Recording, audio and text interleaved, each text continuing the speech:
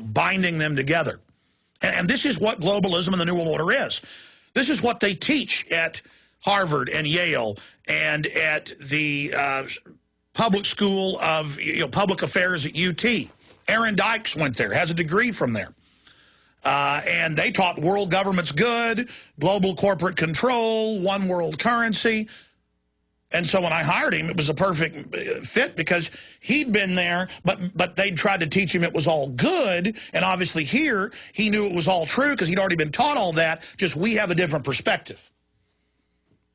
We don't want some far-off, unelected globalist who happen to be eugenicist, who want to set up a planetary regime, get us all under debt, shut down society, have one-child policies, and basically phase out and cull out the population. But Aaron,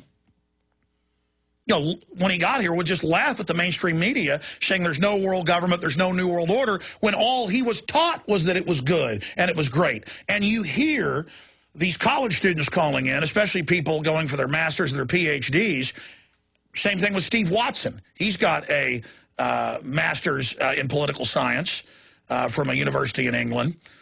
The one in Nottingham. The point is, he was taught all that. So why can he now write articles, understand it all? Because the enemy taught him everything he knows. The enemy was there telling Steve Watson and telling Aaron Dykes that, yes, we're going to have a global government. Yes, we're going to control everybody, but it's for your own good. So they have movies like Rollerball in the 70s, where they rolled it out in a fictional account to pre-program and basically acclimate people. They put out movies like Network, very well done. We're going to play a clip here with Ned Beatty, who's the big corporation chief, and he's calling in the news anchor who went live on air, kind of had a breakdown. That is, he broke into reality. And he says, look, we can't allow the Arabs to own this TV network. And so he gets called into the CEO's office, not of the network, but of the company that owns the network. And he says, look, let me explain to you how this really works. Okay, and you haven't just stopped a merger here or this company being bought. You have caused serious shockwaves throughout the global system. And then he tells him the global system will be no war, no famine, total peace. Kind of like Emperor Palpatine saying, now that we've killed all the Jedi, there will be peace. Yeah, peace meaning scorched earth, siege, annihilation, genocide, the oldest form of total war, completely wipe your enemy out, financially, psychologically, dumbing everyone down. It's full spectrum dominance. The globalists are threatened by intellect, by private property, by anyone of means who isn't part of their system. And if you watch Rollerball or you watch Network, both came out in the mid-70s, it's mercantilism. It's in the Associated Press again today.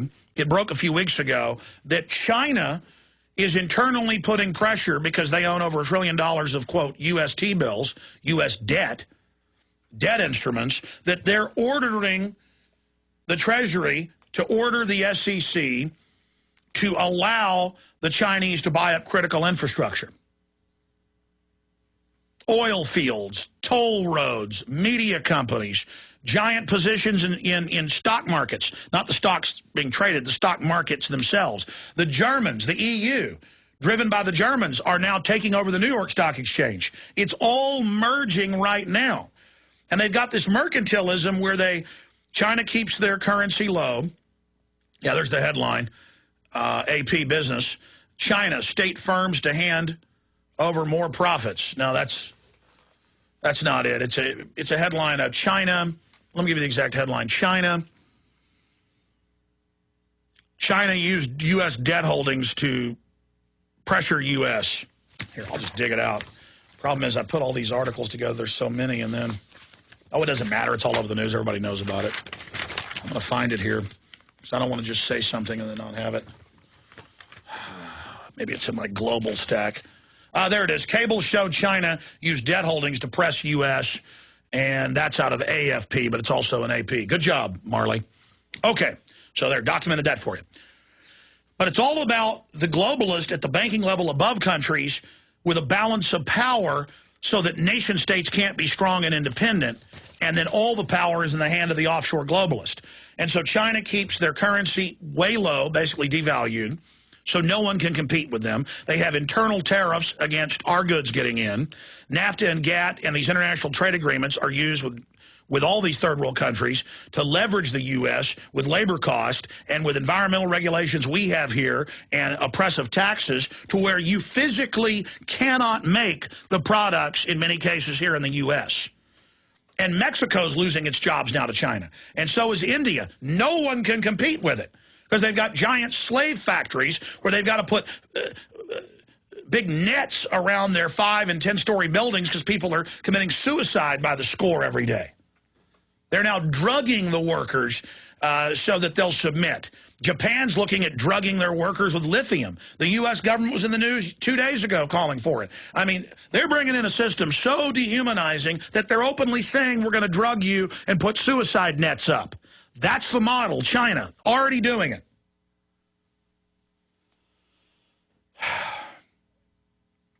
So it's mercantilism. And I go back to this 300-plus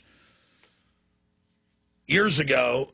The British had really developed it, but the French economics professors developed the